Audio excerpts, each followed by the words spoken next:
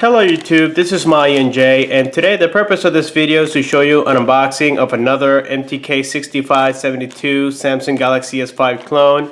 This one is also known to be the HTC Galaxy S5. Now I know there's a lot of clones out there, but I just want to clear doubts for many people who just simply don't trust the quality of certain sellers. So that's why I bought it from different sellers, so that you guys can see that most of these are going to be almost the same. Now I've noticed also that some of the models were a little bit different, such as the one from Shenzhen and iBaby. They're both different.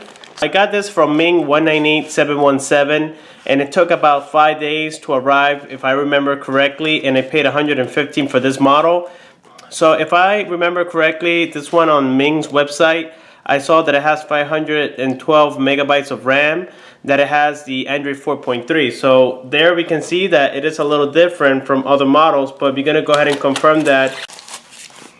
Alright, I think that's much better. Sorry for the mess, guys. Let me try to wipe this off. Okay, so here we have the box, and again, this one is the version from Ming 198717, and we can already tell that the box looks very similar to the actual original Samsung Galaxy S5 box. Here on the side it says Samsung Galaxy S5. On this side it's going to be plain here, and plain here as well. At the bottom here we're going to have the specs as if it was the original. So here we can see that is saying that it has the processor 2.5 quad core, which we know that's fake. LTE, these devices are not LTE yet. This is going to be the most, going to be WCDMA 850 and 2100, which is 3G here in the USA.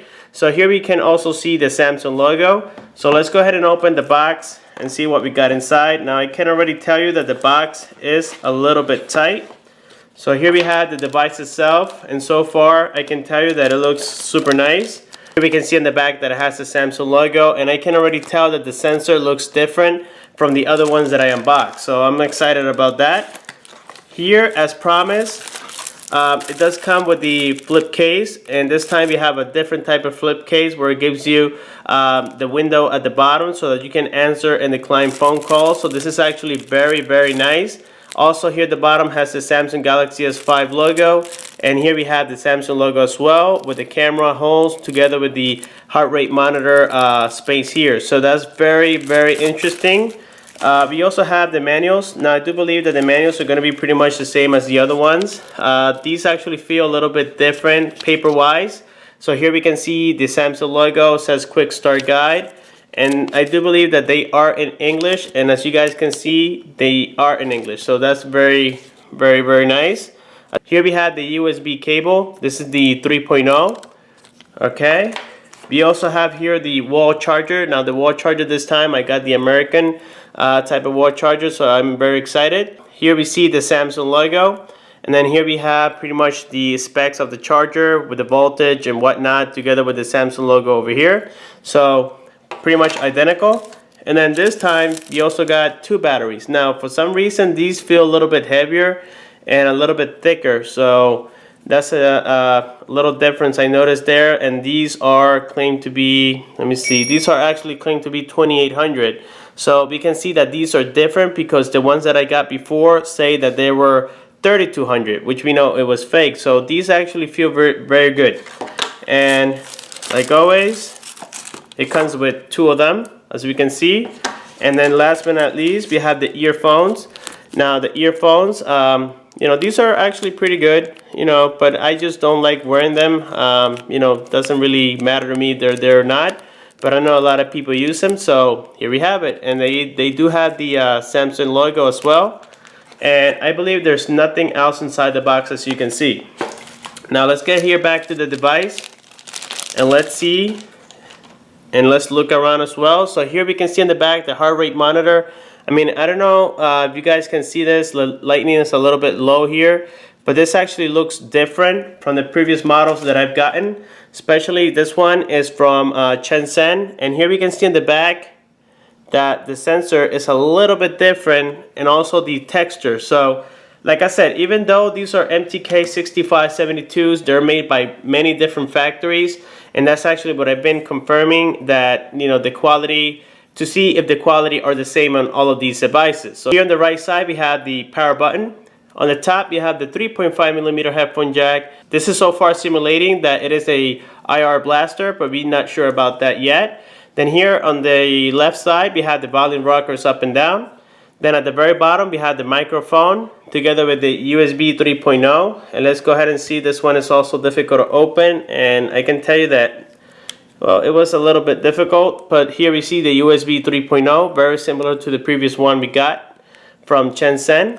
Then on the back here, let's check and see. So I can also say that the build here is a little bit different, and this one comes with the Samsung logo sticker, and we can see that it gives you the model, which is the G806. It says made in Korea by Samsung, and it gives you some sort of IMEI information and whatnot. And then here we can see that this is a single SIM, single standby with the micro size. We also have on the top here, you can install TF cards, and it works actually very well. Here in the back, this is going to be about 8-megapixel camera. We have the LED flash here on the left side. Then at the very bottom, we have the loudspeaker. So here I can see that also the screws, the way they're put in the device, are a little bit different than the one from Shenzhen. So let's go ahead and also confirm that. And this is quality issues right here. Like the one on Shenzhen is missing some sort of piece here, but on this one is not. So there we can see, you know, some differences. I also noticed that the one from Ming 198717 has more screws. As you can see, this one, the one from Shenzhen, is a little bit more like the original, where it doesn't have screws on the top. But this one, we have, you know, screws all over the place. So that definitely tells us that this is, you know, a different model. So let's go ahead and install the battery and see if it has any power. And I also want to confirm if this one has the Samsung logo. So let's remove here the front protector. And also here on the front, we have the Samsung logo as well. We have the air gesture sensors, we have the proximity sensor, light sensor, and whatnot here in the front. We also have the 2-megapixel front-facing camera with the ear speaker. Then at the very bottom, we have the home button together with the menu button and the back button. So let's go ahead and power this thing on and see if it has any juice. I do believe that it does. There we go. So the S5 logo came up very quick. And then here we had the Samsung logo. Now, I know that for a lot of people, you know, it's going to be hard to notice the difference, but these devices actually boot up a little bit different. And also here on the back covers, I'm going to show you something. The Samsung logo on the one from Ming 198717 is different from the one from Shenzhen. And as I mentioned earlier, even the texture is a little bit different. The one from Ming 198717 feels a little bit more like rubber. This one feels more like plasticky. It feels harder, and this one feels more like the real deal. So I do like that so far. So let's go ahead and put this back on here. Alright, and here we have the main screen.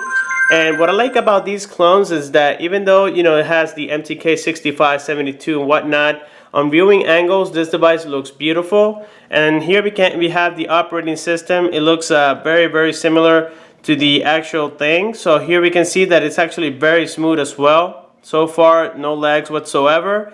And, you know, some of the applications here do simulate the new TouchWiz, but some of them also have apps from the old TouchWiz.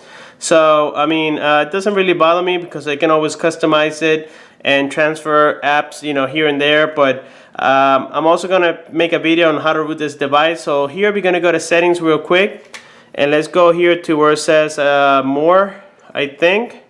Let's go all the way to the bottom where it says about device. And then here it's claiming to have the Android 4.4.2. So I really don't think that's real though, because we didn't have, this time it comes out like a J. Here it's supposed to be a K as far as I'm concerned.